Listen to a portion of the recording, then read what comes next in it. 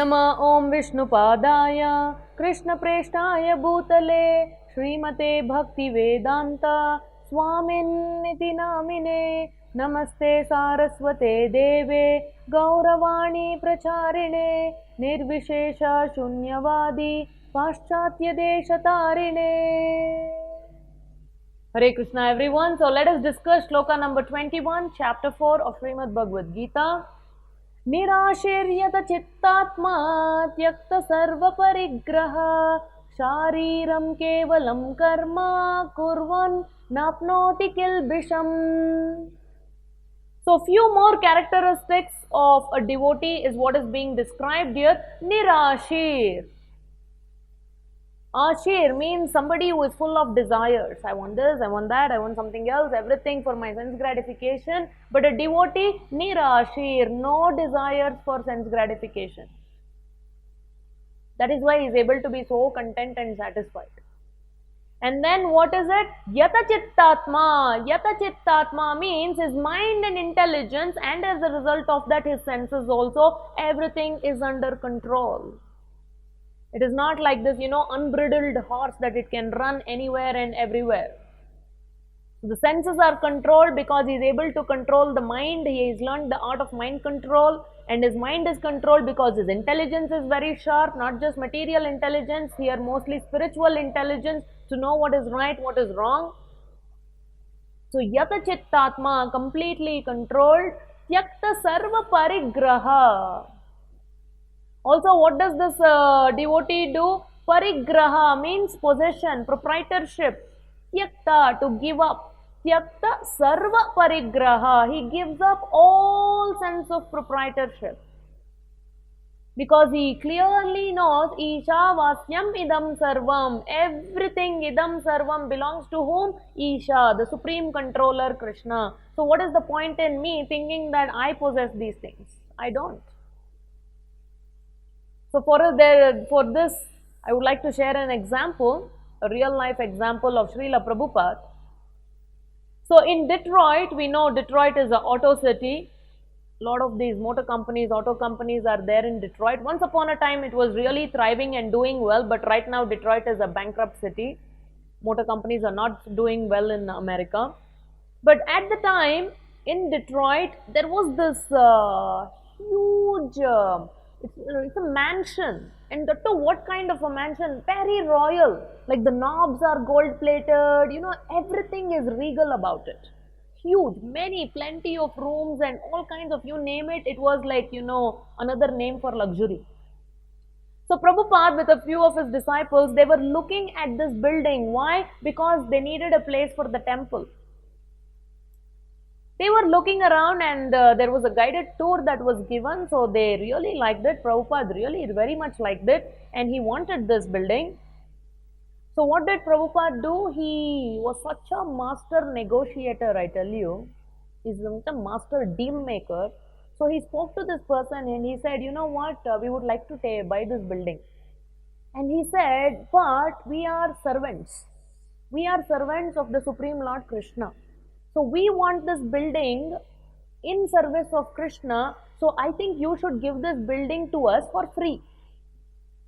And this man was like, he almost had a heart attack. He said, Swamiji, I understand you are, devotees of Krishna and all that, but you just looked at the building. I mean, it's a mansion. And this mansion was owned by the owner of Rolls Royce. You can imagine. So he said, how can you even ask for free? He said, I'm sorry, we can't. So Prabhupada said, so for how much will you give? And this man started putting, throwing some numbers out, and Prabhupada said, no, we can't, and this and that, back and forth. I told you, he's such a master negotiator. So Prabhupada said, so whatever you have quoted, half of that I will pay right now. So this person, you'll pay right now? And all the other devotees, disciples who were there, now it was their turn. It was like almost they had a heart attack. They thought, how come Prabhupada is saying we'll pay half the money? Even half the money was like a really, really big number. And they did not have that kind of money. So everybody is like, where are we going to get this amount of money from? And that too right away. And this man said, okay, if you're going to pay now, okay, we'll agree for the half of the price.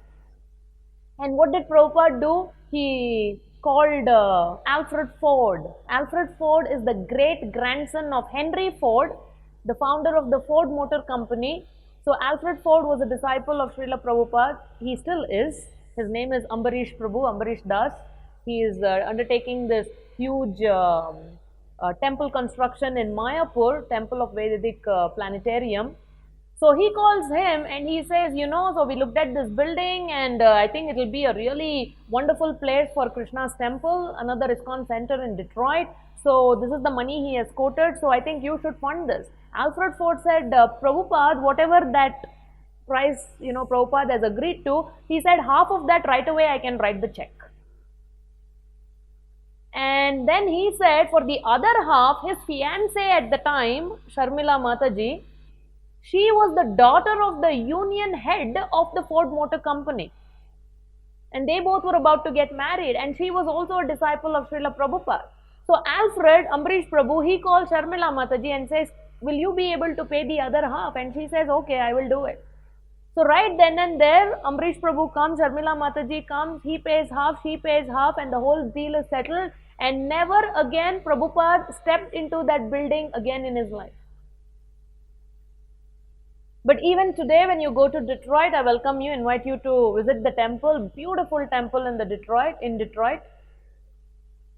So who did Prabhupada do for? Why I am explaining all this? Yakta sarva parigraha. There is no sense of proprietorship. There is no sense of possession in a pure devotee's heart. He is doing everything for Krishna. Never again Prabhupada went to that building. In fact, right when he was leaving that building, Prabhupada told his disciples, when I walked into this building did not belong to me. And now as I'm walking out of this building still does not belong to me. It belongs to, but now this building being the energy of Krishna will be used in the service of Krishna. This is the attitude of a devotee. And that is why Krishna is glorifying that tyakta sarva parigraha. His devotees, they don't have sense of proprietorship. They always have the sense of servitorship. Proprietor is always only one and only, the Supreme Lord Krishna. So beautifully demonstrated by Prabhupada here. No attachment, no sense of proprietorship, everything for Krishna. And then what does Krishna say here? Shariram kevalam karma. Whatever little bare minimum is needed to keep the body and soul together, devotee will do only that much for the sake of the body. Kurvan napnoti kilbisham. Thus, like this, when he functions, he is not affected by any sinful reactions. So wonderful attribute, something that we should also aspire to have all these amazing qualities. Well, so this is what Krishna has described in 21st shloka. This will still not end here. This list of attributes is going to continue in shloka number 22 as well. But that and more all coming up in the future videos. Stay tuned. Keep sharing the videos with others also. Thank you very much. Hare Krishna.